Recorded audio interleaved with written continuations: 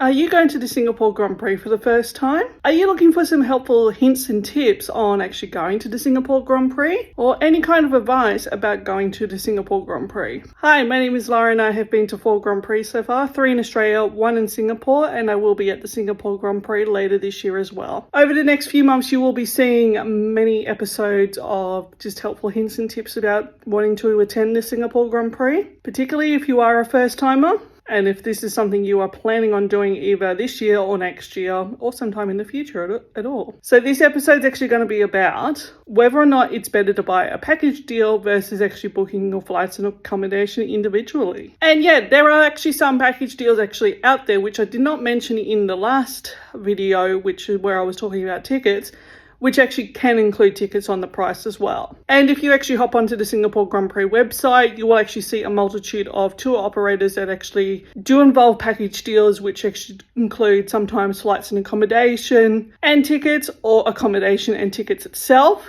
Or you might actually be involved in some sort of tour group, depending on what you're actually looking for and depending on what you're actually wanting to go for. However, my advice, particularly from my own experiences, is to shop around. Have a look at some of the different deals that might be out there. You might actually find accommodation might be a hell of a lot cheaper, particularly if you're looking for something within your own budget versus getting a package deal.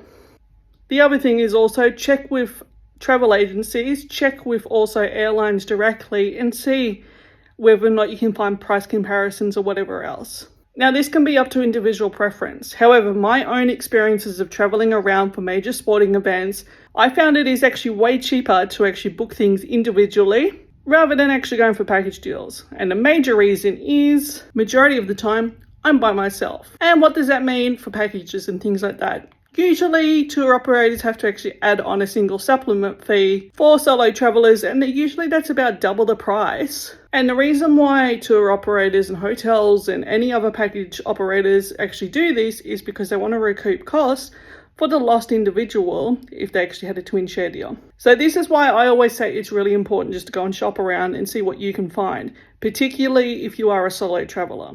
Now, I did actually talk about last episode where I was saying about how that it's really important to actually get your tickets first up. Well, same can really actually go for accommodation too. But if you are actually looking to book accommodation, particularly when the dates have actually come out for, say, the next year's calendar or something, bear in mind that some hotels don't usually put out prices until 6 months in advance.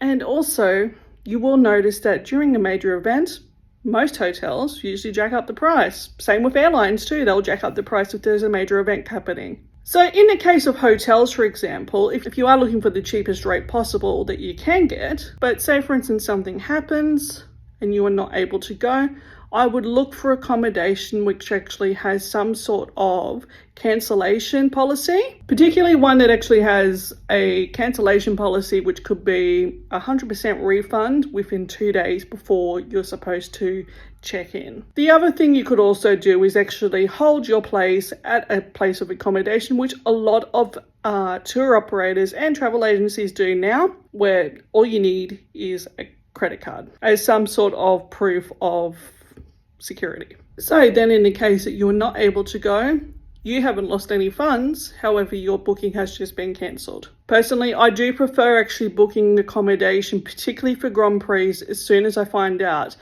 what dates the next year's race is on.